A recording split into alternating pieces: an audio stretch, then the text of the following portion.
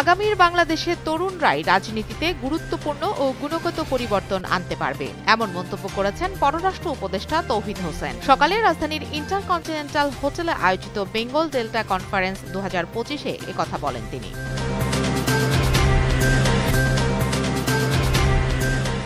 উদারপন্থী রাজনীতিকে সরিয়ে উগ্রপন্থী রাজনীতি বাংলাদেশে প্রতিষ্ঠা করার ষড়যন্ত্র চলছে, যা বাংলাদেশের জন্য চরম ক্ষতিকর হবে, এমন মন্তব্য করেছেন বিএনপি মহাসচিব মির্জা ফখরুল ইসলাম আলমগীর।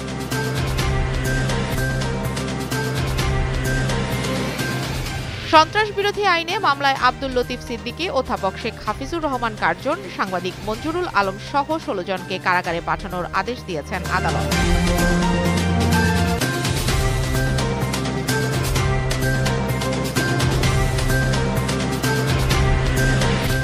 সময়ের সাথে পাল্লা দিয়ে আরও ভয়ঙ্কর হয়ে উঠছে পাকিস্তানের বন্যা পরিস্থিতি। পাঞ্জাব প্রদেশে 24 ঘণ্টায় নতুন করে আরও অন্তত 17 জনের মৃত্যুর খবর পাওয়া গেছে।